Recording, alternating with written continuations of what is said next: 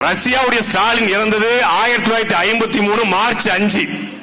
ஐயா ஸ்டாலின் பிறந்தது 1953 March 1.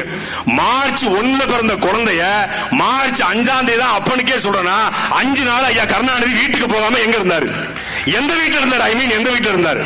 Modern குன்றம் போனால் என்ன, வேலன் குன்றத்தை விடமாட்டோம் என்று போராடியவன் நம் தாத்தா மாப்போசி. மாடன் குன்றம் என்றால் மாடன் திருமால் இருக்கிற திருப்பதி போனால் என்ன, மாடன் குன்றம் போனால் என்ன, வேலன் குன்றம் திருப்பதியை விட மாட்டேன் என்று போராடி இன்னைக்கு சென்னை நமக்கு இருக்கிறது என்றால் நின்று கூட்டம் போட முடியுதுன்னா அதற்கு காரணம் மாப்போசி என்கிற அந்த எல்லை காத்த போராளி. இன்னைக்கு முல்லை பெரியார் எங்களுக்கு கேரளா இருக்கிற கம்யூனிஸ்ட் சொல்லும்போது வாயையும் 9 ஓட்டையும் புத்திக்கிட்டு இருக்கு தமிழ்நாடு கம்யூனிஸ்ட். தேவிகளமும் பீர்மேடும் எங்கள் நிலம் என்று AK கோபாலன் சொன்ன பொழுது இப்படியே நீங்க சொல்வீர்கள் என்றால் நாங்கள் மிகப்பெரிய போராட்டத்தை முன்னெடுக்க வேண்டும் என்று மானமுள்ள கம்யூனிஸ்ட் சொன்னா கடைசி கம்யூனிஸ்ட் நம் தாத்தா சி ஜீவானந்தம். அந்த ஜீவானந்தம் என்கிற ஒரே கம்யூனிஸ்ட் மட்டும்தான் சொல்றான். மெட்ராஸ் மாகாணம் என்கிற இந்த தமிழ்நாடு சட்டசபையிலே, தமிழக சட்டசபையிலே தெலுங்கர்களும் கன்னடர்களும் மலையாளிகளும் அவை உறுப்பினராக இருக்கிறார்கள் என்பதை மாண்புமிகு முதலமைச்சர் சொல்ல வேண்டும் என்று கேட்டவர் நம் தாத்தா தெய்வ திருமகனார் முத்துராமலிங்க தேவர். அவர் பேசியது இந்திய தேசியமா தமிழ் தேசியமா? தமிழ்நாட்டை தமிழர் ஆள வேண்டும் என்கிற பேரன் சீமான் வைக்கிற முழக்கத்தை அன்னைக்கு வச்சவர் தாத்தா முத்துராமலிங்க தேவர்.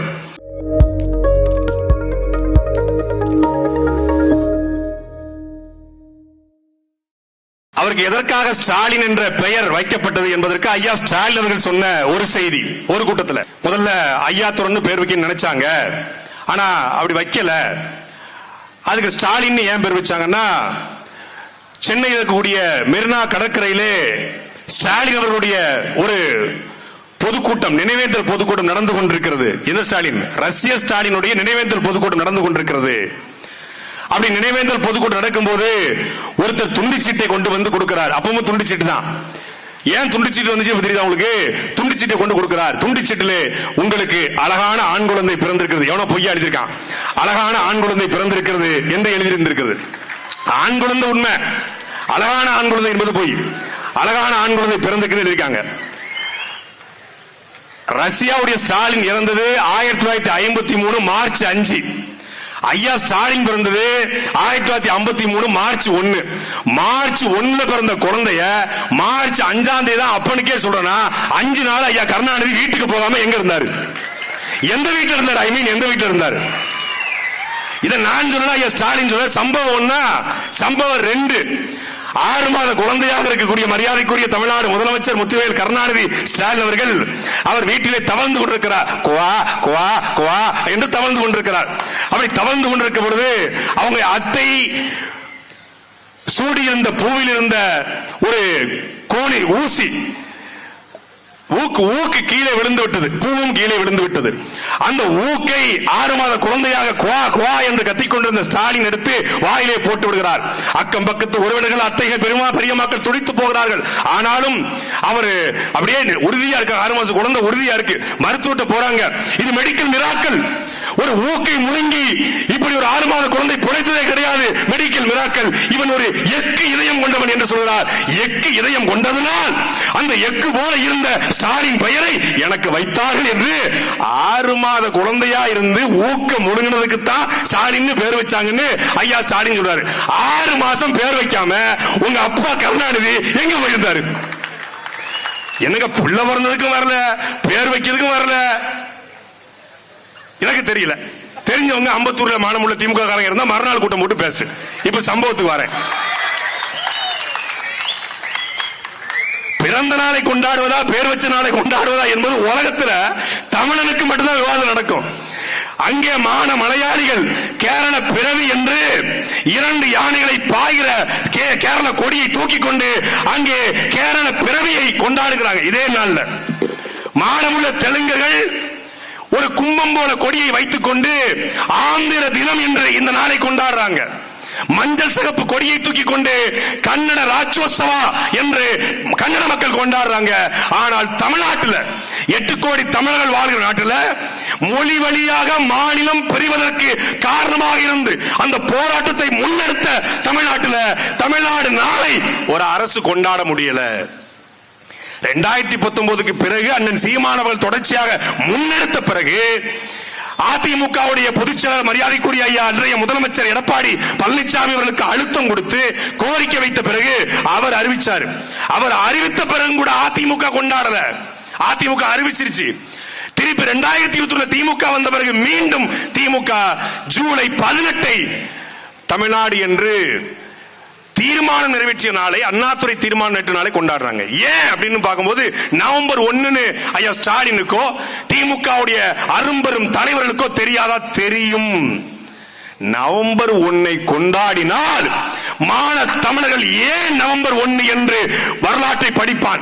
அப்படி வரலாற்றை படித்தால் எங்களுடைய தாத்தா மாப்போசியின் வரலாறு வெளியே தெரிய வரும். எங்களுடைய தாத்தா மாசல் நேசமணியின் வரலாறு வெளியே தெரிய வரும். எங்களுடைய தாத்தா குஞ்சன் நாடாரின் வரலாறு வெளியே தெரிய வரும். இது எல்லாவற்றுக்கும் மேலாக விருதுநகர் தேசப்பந்து மைதானத்திலே 79 நாட்கள் உண்ணா விரதமிருந்து இறந்த நமது தாத்தா சங்கரையினார் வரலாறு வெளியே தெரிய வரும். அந்த வரலாற்றை மறைக்க, பொய்யான வரலாற்றை தூக்கி பிடிக்க ஜூலை 18 எத்தனை காலத்திற்கு?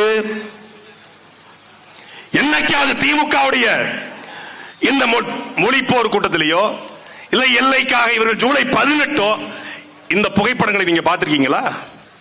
மானமுள்ள திமுக நல்ல தமிழ் ஆத்தாளுக்கும் அப்பழுக்கும் இருந்த திமுக இருக்கிற ஒருத்தண்ட கேட்கிற இந்த புகைப்படத்துக்கு என்னைக்காவது திமுக மலர் விளக்கம் செலுத்தியது உண்டா? கிடையாது, செய்ய மாட்டாங்க. சுயமரியாதைன்னா பெரியாரு, பெண்ணியம்னா பெரியாரு, மொழினா பெரியாரு, தமிழ்நாடுனா பெரியாரு.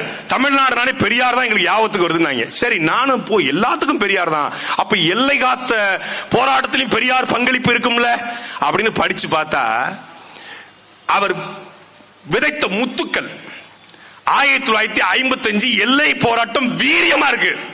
அப்ப சொல்றாரு, கேரளாவிலிருந்து பணிக்கர் வந்தார், என்னை பார்த்தார், தேவிகளமும் பீர்மேடும் உழைப்பதற்காகத்தான் தமிழர்கள் வந்தார்கள், பூர்வீகமாக அது மலையாளோடுன்னு சொன்னாரு. பணிக்கர் சொன்னார், நானும் கேட்டுக்கிட்டேன். இந்த வடிவேல் படத்துல அவர் என்னைய பதார்த்தமா கேட்டாரு, நான் யதார்த்தமா விட்டு கொடுத்துட்டேன்னு சொல்லுவான்ல, கண்டமனூர் ஜமீனை கண்டம் பண்ணிட்டாருன்னு. அதே மாதிரி கண்டமனூர் ஜமீன் தான் இந்த ஈரோடு ஜமீன். பணிக்கர் பதார்த்தமா கேட்க இவர் யதார்த்தமா விட்டு கொடுத்தாராம். பதார்த்தமா கேட்டு யதார்த்தமா விட்டு கொடுக்க இது என்ன திராவிடமா? தமிழ்நாடு தேவிகளும் பீர்மேடு அவர் என்ன அதை சாதாரணமாக தமிழர்கள் கடந்து போனாங்க. ஆனா உண்மையிலேயே மாடன் குன்றம் போனால் என்ன, வேலன் குன்றத்தை விடமாட்டோம் என்று போராடியவன் நம் தாத்தா மாப்போசி. மாடன் குன்றம் என்றால் மாடன் திருமால் இருக்கிற திருப்பதி போனால் என்ன, மாடன் குன்றம் போனால் என்ன, வேலன் குன்றம் திருப்பதியை விட மாட்டேன் என்று போராடி இன்னைக்கு சென்னை நம்ம கிட்ட இருக்கிறது என்றால், இன்னைக்கும் பல பாதி அவங்கிட்டு தான் இருக்கு. சென்னை நம்ம கிட்ட குறைந்தபட்சம் இருக்கு. இங்க நின்று கூட்டம் போட முடியுதுன்னா அதற்கு காரணம் மாப்போசி என்கிற அந்த எல்லை காத்த போராளி. பொட்டி ஸ்ரீராமுலு தான் இந்த போராட்டத்தை ஆரம்பிச்சாருன்னு சொல்லுவான். பொட்டி ஸ்ரீராமுலு ஆரம்பித்தது 1952. ஆனாலும் தாத்தா மாப்போசியும் நேசமணியும் ஆரம்பித்தது 1947. சுதந்திரம் அடைந்த பிறகு எங்களுடைய நிலம் எங்களுக்கு சொந்தம் என்று ஆரம்பிச்சாங்க போராட்டத்தை. நேசமணி போராடுறாரு, குஞ்சன் நாடார் போராடுறாரு, மாப்போசி போராடுறாரு. அந்த காலகட்டத்தில் கேரளாவில் இருந்த பட்டம் தானு பிள்ளை அவர் என்ன பண்றாரு, பட்டம் தானு பிள்ளை கேரளா ஐக்கிய கேரளம் என்கிறத முன்வைக்கிறாரு. ஐக்கிய கேரளத்தை முன்வைக்கிற பொழுது அங்க இருக்கிற கம்யூனிஸ்ட் கட்சியுடைய தலைவர் ஏ.கே. கோபாலன் தேவிகளமும் பீர்மேடும் எங்கள் நிலம், இது தமிழனுக்கு கிடையாது என்று அறிவிக்கிறார். இன்னைக்கு முல்லை பெரியார் எங்களுக்குன்னு கேரளா இருக்கிற கம்யூனிஸ்ட் சொல்லும் போது வாயையும் 9 ஓட்டையும் பொத்திக்கிட்டு இருக்கு தமிழ்நாடு கம்யூனிஸ்ட். ஆனா அன்னைக்கு தேவிகளமும் பீர்மேடும் எங்கள் நிலம் என்று ஏ.கே. கோபாலன் சொன்ன பொழுது, இப்படியே நீங்க சொல்வீர்கள் என்றால் நாங்கள் மிகப்பெரிய போராட்டத்தை முன்னெடுக்க வேண்டும் என்று மானமுள்ள கம்யூனிஸ்ட் சொன்னா. கடைசி கம்யூனிஸ்ட் நம் தாத்தா சி ஜீவானந்தம். அந்த ஜீவானந்தம் என்கிற ஒரே கம்யூனிஸ்ட் மட்டும்தான் சொன்னான். கம்யூனிஸ்ட் கட்சியில் இருந்து கொண்டே கம்யூனிஸ்ட் எடுத்து போராடினார். அதே போல நேரு சென்னையை 2 மாநிலத்துக்கான தலைநகராக மாத்திருவோம், பிரச்சனை வேண்டாம், தெலுங்கருக்கும் தமிழருக்கும். எப்படி சண்டிகரை பஞ்சாபுக்கும் ஹரியானாவுக்குமான பொது தலைநகராக வச்சிருக்கோமோ அப்படி ஆந்திராவுக்கும் தமிழ்நாட்டுக்குமான பொது தலைநகர சென்னையை வைக்கலாம் என்று நேரு சிந்திக்க பொழுது, அப்படி ஒரு ஆணையை நீங்கள் அனுப்புவென்றால் அதுதான் என் ராஜினாமா கடிதமாக இருக்கும் என்று எச்சரித்தவர் இந்த மண்ணை ஆண்ட ராஜாஜி. அவரை பாப்பான்ட்டான். ராஜாஜி மீது நமக்கு விமர்சனம் உண்டு. குலக்கல்வி திட்டத்தை கொண்டு வந்தார், பள்ளிக்கூடங்களை மூடினார், விமர்சனம் உண்டு. ஆனால் மொழி எல்லை போடத்தை தமிழ்நாடு என்கிற பிரச்சனை உறுதியார் என்றார் ராஜாஜி. சரி, ராஜாஜி போராடினாரு, மாப்போசி போராடினாரு, குஞ்ச நாடார் போராடினாரு. அதே காலகட்டத்தில் சட்டசபையில எல்லையை பிரிச்சாச்சு, மொழி போர், எல்லை வழி மாநிலங்கள் பிரிக்கப்பட்டது, மொழி வழி மாநிலம் பிரிக்கப்பட்டது. சட்டசபையில ஒருத்தர் பேசுறாரு, அவரை தேசியவாதின்னு பல பேர் சொல்றான். சட்டசபையில சொல்றாரு, கேரள சகோதரனுக்கு என்று ஒரு மாநிலம் உருவாகிவிட்டது, ஆந்திர சகோதரனுக்கு என்று ஆந்திரம் என்ற மாநிலம் உருவாகிவிட்டது, கன்னட சகோதரனுக்கு என்று கன்னடம் என்று மாநிலம் உருவாகிவிட்டது. பிறகு எதற்காக மெட்ராஸ் மாகாணம் என்கிற இந்த தமிழ்நாடு சட்டசபையிலே, தமிழக சட்டசபையிலே தெலுங்கர்களும் கன்னடர்களும் மலையாளிகளும் அவை உறுப்பினராக இருக்கிறார்கள் என்பதை மாண்புமிகு முதலமைச்சர் சொல்ல வேண்டும் என்று கேட்டவர் நம் தாத்தா தெய்வ திருமகனார் முத்துராமலிங்க தேவர். அவர் பேசியது இந்திய தேசியமா தமிழ் தேசியமா? தமிழ்நாட்டை தமிழர் ஆள வேண்டும் என்கிற பேரன் சீமான் வைக்கிற முழக்கத்தை அன்னைக்கு வச்சவர் தாத்தா முத்துராமலிங்க தேவர். இன்னைக்கு அவரை பல பேரு அவர் தேசியமும் தெய்வீகம்னு சொல்லிட்டாரு, தூக்கிட்டு போயிட்டாங்க. எல்லாம் களவாடுறதுதான். அந்த குடும்பம் ஒரு பக்கம் களவாங்கும், இந்த கும்பல் ஒரு பக்கம் களவாங்கும். இப்படி நம்முடைய வரலாறு தெரிந்துவிடக் கூடாது என்பதற்குத்தான் ஜூலை 18 அவன் நடத்துறான். இது நெருப்பை குப்பையை போட்டு மூடுற மாதிரி அந்த கதை. அது 2009க்கு முன்னாடி நீ குளிர் காஞ்சுக்கலாம், 2009க்கு பின்னாடி தமிழ்நாட்டில் எந்த நாள் கொண்டாடப்படணும் என்பதை தீர்மானிப்பது பிரபாகருடைய பிள்ளை செந்தமிழன் சீமானுடைய அவருடைய தம்பிகள் தான். நீ என்ன செய்யணும்? நீ வடக்க போகணுமா, தெற்க போகணுமா, நீ மேற்க போகணுமா, கிழக்க போகணுமா, நீ பேண்ட் ஷர்ட் போடணுமா, நீ என்ன பண்ணணும், நீ அந்த பக்கம் நிக்கணுமா, இந்த பக்கம் நிக்கணுமா, நடுவில் லாரி அடிபடி சாகணுமா, எல்லாத்தையும் தீர்மானிக்கிறது எங்க அண்ணன் தான். இதே நவம்பர் 1 தான். ஒண்ணு அந்த பக்கம் நில்லு, இல்ல இந்த பக்கம் நில்லு, நடுவுல லாரி அடிபட்டு சாவ அப்படின்னு சொன்னது இதே நாள்ல தான். அன்னைக்கு சொன்னது இன்னைக்கு வரைக்கும் மாறல. லாரி அடிபட்டு செத்தாங்க இல்லையா கரூர்ல, அவர் சொன்னாரு, நடந்துச்சு. தீர்க்கதரிசி தேவருக்கு பிறகு தீர்க்கதரிசி அண்ணன் தான். செத்துருவாடா, செத்துட்டாங்க. இப்ப கொதிக்கிறாங்க, ஐயோ இல்ல இல்ல அதுக்கு அது காரணம் இது காரணம். அண்ணன் சீமான் அவர்கள் மட்டும்தான் சொன்னாரு, ஒவ்வொருத்தரும் பொறுப்பேற்கணும். இது தனி மனிதன் தவறல்ல, ஊடகங்களுடைய தவறு, ஒவ்வொருத்தருடைய தவறு என்று செப்டம்பர் மாதம் 27 கரூர்ல அந்த கரூர் மருத்துவமனை வாசல்ல பேசினார். ஊடகங்கள் நீங்கள் பொறுப்பேற்கணும் இந்த தவறுக்கு என்று அண்ணன் சீமான் பேசியதை அல்டிமேட் ஸ்டார் அஜித்குமார் நேற்று பேசியிருக்கிறார்.